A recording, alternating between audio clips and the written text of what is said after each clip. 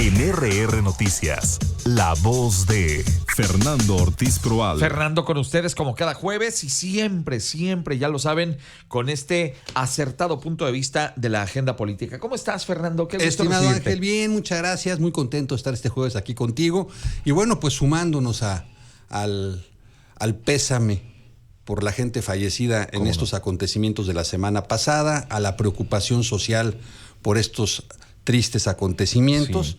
Y bueno, pues viendo cómo reaccionan las autoridades y pensando, Ángel, ¿qué se puede hacer o qué está pasando, ¿no? Y me parece que aquí sí es importante, cuando menos, disecar tres grandes temas, ¿no? El primero es la realidad, el segundo es la solución y el tercero son los compromisos, ¿no? Okay. Y como realidad, pues evidentemente, y lo venimos comentando hace mucho tiempo en tu espacio, Querétaro ya cambió. El rostro del crimen en Querétaro ya había cambiado y hoy vemos un rostro dramáticamente aterrorizante para la sociedad, ¿no? Que es estas masacres, estos ataques en los que ya no importa el costo de los civiles, ¿no? Por llevarse a un enemigo, el crimen organizado no toma en cuenta el daño colateral y las personas que pueden ser afectadas ajenas a esas actividades. Lamentable suceso en Los Cantaritos, pues prendió ya las alertas y bueno, Ángel, primera realidad, Querétaro ya cambió. En Querétaro ya hay crimen organizado, sí lo hay. Uh-huh.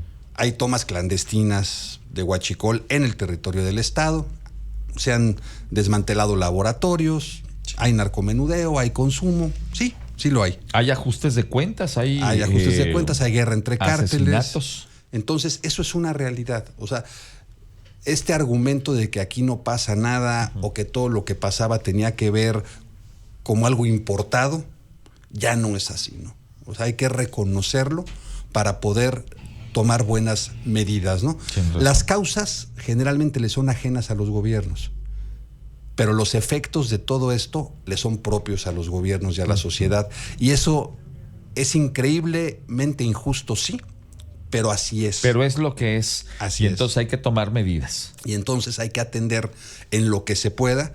Causas ajenas, bueno, si hay una guerra entre cárteles, ¿qué puede hacer una autoridad? Pues prácticamente nada, ¿no? Hasta que eso se resuelva en, digamos, las instancias correspondientes, ¿no?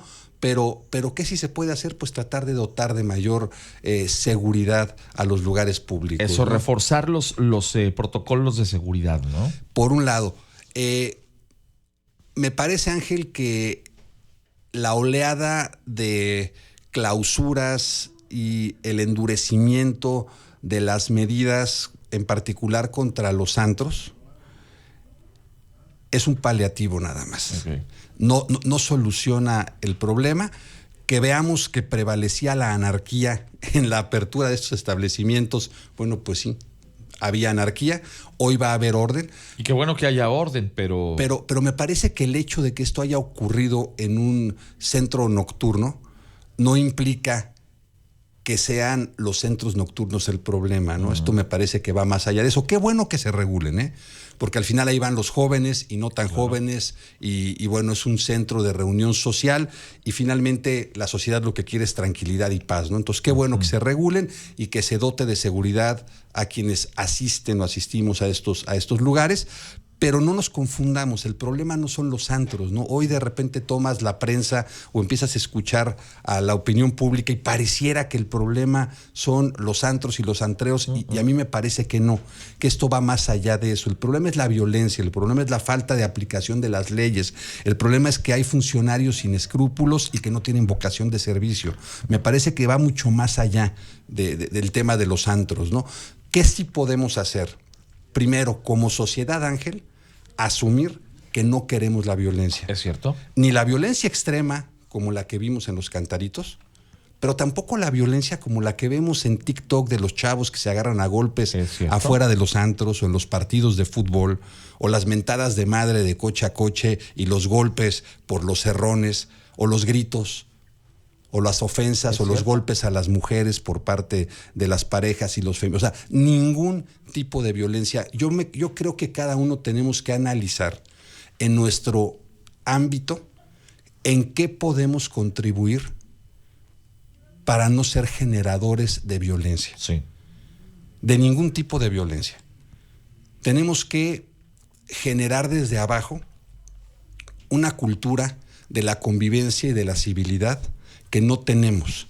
Y eso va a ir generando colaboración con las autoridades y va a ir generando mejores políticas públicas. El compromiso social sí existe y sí lo podemos hacer valer, ¿no? Claro. Desde nuestras casas, ¿no? Quienes somos padres de familia, bueno, tratar de transmitir este mensaje de, ¿saben qué? Hay que pararle. Desde lo que pasó el 5M en el Estadio Corregidor, sí, hasta los cantaritos y lo que vemos cotidianamente, este estrés social, es verdad, que genera ira y que genera distintas formas de violencia, me parece que esa es la responsabilidad de la sociedad. Eso no le podemos echar la culpa al gobierno. Tenemos que aprender a ser tolerantes y más respetuosos de los demás. Ese es el compromiso de nosotros como sociedad. Ahora, de los gobiernos, evidentemente, aplicar la ley. Tenemos buenas leyes, el problema es que no las aplicamos, Ángel. Aplicar la ley, que haya consecuencias a quienes violen la ley, que haya coordinación entre los distintos niveles de gobierno, que haya colaboración entre las distintas instancias para generar los mejores resultados en el ejercicio de las políticas públicas. ¿Es una sacudida para Querétaro? Sí. Hay quien dice si se reaccionó tarde o temprano. Me parece que eso ya es totalmente secundario. Lo que es importante hoy es atender a lo que está pasando, reconocer la realidad, que el gobierno asuma su parte, que la sociedad asumamos la nuestra y que no haya perjudicados adicionales, Ángel. A ver, este tema de los santos, y lo comentábamos fuera del aire, sí, qué bueno que los van a regular, pero ¿cuánta gente se queda hoy sin empleo, que labora en estos lugares y que de ahí mantiene a sus familias? Híjole, o sea, por una reacción política, o sea, para que vean que sí estamos haciendo. Y puestos al caso, pues la verdad es que son lugares que ya tienen un permiso, que tienen una normatividad y que sería mucho más fácil de regularlos y de hacer revisiones ante lo que se va a venir, que ya lo hemos visto también en otras ocasiones, fiestas clandestinas y el hecho de que los muchachos salen de un antro a la 1 de la mañana ya alcoholizados y en una de esas se agarran carretera y pueden tener un accidente porque corren, por ejemplo, a San Miguel, por decir una, ¿no? Yo te comentaba que hace muchos años, cuando fui joven, alguna vez, tantos, en Querétaro se impuso precisamente esa medida. A la 1 de la mañana cerraban todos los lugares de sano y no tan sano esparcimiento. Sí. ¿Y qué pasaba? En aquel entonces muchos jóvenes que querían seguir la fiesta pues se trasladaban a San Miguel de Allende, a la Ciudad de México, sí, a Celaya, etcétera.